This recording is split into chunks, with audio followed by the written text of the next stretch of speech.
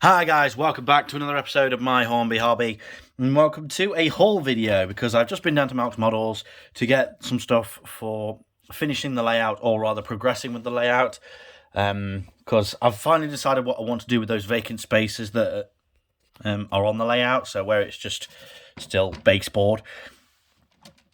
So, for starters, I've got some seated coach passengers. They're going to be for the three sets of... That's for the set of balancing coaches. I'm going to paint them up, and then I'm going to sit them inside, and then we can have some nice trains. Then there's this, which is a ice cream truck, which actually already has people with it, which for 20 quid is brilliant. You always need an ice cream truck or a variation of for a layout, you know, at a railway. Dad, can I have an ice cream while we watch the trains go by? Sure, we can, son. And then here is an ice cream van, but it's a smaller one. So this will be where you get the 99p ones. Although maybe I could turn it into a cob van, come to think of it. No, this is like the Mr. Whippy kind of van. And that, I think, is a bit more American, I think. I don't know. Next, I've got some... Right, someone tell me how to pronounce that. I call them coal staiths, because even though there isn't an A. But anyway, coal staiths. I just call them coal staiths, I don't know why. There's two there, by the looks of things. And they're going to go on the regular layout. I'm actually going to make a homemade one for the shunting layout. Or maybe I could put one of these in. I don't know. I'll figure that out as and when we come to it. I've got some barrels. Just some of these. Why do Backman never tell you what the item is? But anyway, there's some nice wooden barrels. Decorate them up, put them on, scatter them on the layout, or stick them in a truck. Do something with them. Oh, it says wooden barrels there, stupid. So remember, if you want to find out what an item is, or what the code is and whatever, look on the back. Okay. So there's that. Next, we've got some wooden planking for sets of it. So for cards, whatever you want to call it. Ooh, didn't even notice this. I mentioned making a homemade coal staith, or coal bunker, whatever you want to call it. And I'd like to put wooden planking on it. So I think that'd be quite good. This is not a toy. No shit. And then I've got some LMS station fence in white, which is actually going to be for the children's playground that I'm going to do, which is going to be just off the car park and close to the track, so kids can stand on the fence and wave at the trains as they go by. This is not a toy, no shit. I'll tell you the prices for everything in a minute. I've got a bag of Scattergrass Alpine Meadow, which is actually going to be for the children's playground, because if you imagine that's down, and then you've got swings and slides and stuff. I wanted something that looked like tree bark, because that's what you often see on a children's playground.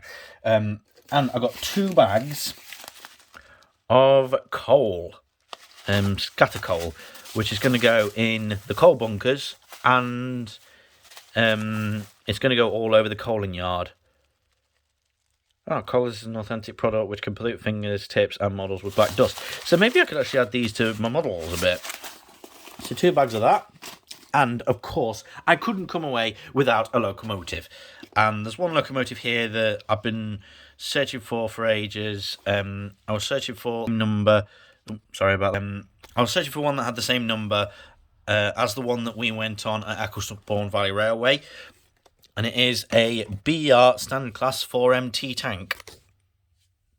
This is my first Backman locomotive. I don't really buy them because they've got terrible mechanisms, or according to Sam's Trains they have.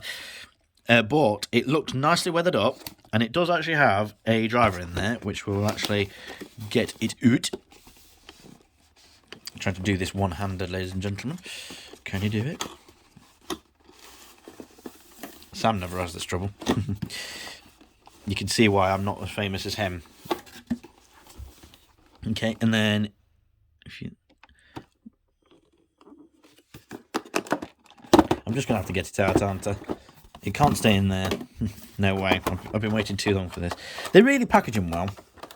That's for sure. So this cost me 85 quid. I'll tell you the prices of everything in a minute. I do have to admire the Bachmann packaging. So again, just like the Hornby packaging, it's actually a blister pack. And there it is. Does it? Oh my god, it has sprung buffers. Right, so lifting it carefully out. See, look, that looks weathered.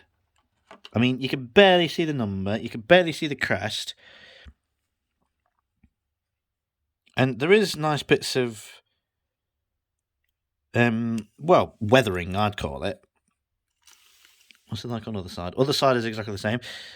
And there's the driver and fireman in there. But yeah, the thing's faded. How do the pipes look? Pipes look like they've had a bit of attention. Oh, the number on the front's dulled as well. So what I'll actually do is I'll get this on the turntable and then we can have a look at it. Okay then, let's get spinning. So of course, as we've seen, it's got sprung buffers. It's nice and dull, so it looks like it's a hard working model, which is nice. This is the weathering I could never figure out how to do, you know, where it's faded, where it's been clearly working a lot. And then zooming in, have a good look at them finer details of the valve gear. I'm curious to see how this is going to run. And then just look at the detail in there. Looks really, really nice. The copper pipes have been starting to blacken, which is good. The wheels look dull. You know, it all looks grand. Oh, there's actually the thing on the back. I was wondering if that was going to be on the back. Because one thing I noticed with the locomotive that pulled our train at Ecclesbourne, it had a thing on the back that said about how many tons of water it can hold in the tank. And it had it on the back. And I just wondered if that detail was going to be here, and it is. Top of the boiler. Now, what I want to do is I want to renumber this. So instead of it being 80053, it'll be 80080, because that's the number that our locomotive was. But other than that, I think I can leave this as is, because it's nicely weathered. It's already got a driver and fireman. I think this is fine as is. You know, I don't think I'll be doing anything with it. It looks nice and dull. Now, you may remember those coaches that I actually bought in July from Malcs Models. They are pretty much identical to the ones that this engine was pulling, so I think it'll be a match made in heaven. Now, moving on to the prices. So, brace yourselves. So, for the Alpine Meadow grass, it was £6.5. For 2 coal, it was £8.60. 1 LMS station fencing, £5. For 1 coal stave, £3.95. Wooden planking, £4.45. 12 seated coach passengers, £14.95. Wooden barrels times 10, £6.95. Custom item, £85, which was this locomotive. Custom item, £19.75. Whatever that was. Another custom item, £4.95. So all in all, £159.65, which isn't actually the most I've ever spent at Malcs, but it's close. So zooming back, that is all the stuff that was bought today from Malcs Models for just over 150 quid. So I'm pretty happy with what we've got, and I can't wait to get it all on the layout and see how it looks. So that's it for this video, guys. Hope you enjoyed it. If you did, like, comment, subscribe. Always much appreciated. And until next time, stay safe and thanks for watching.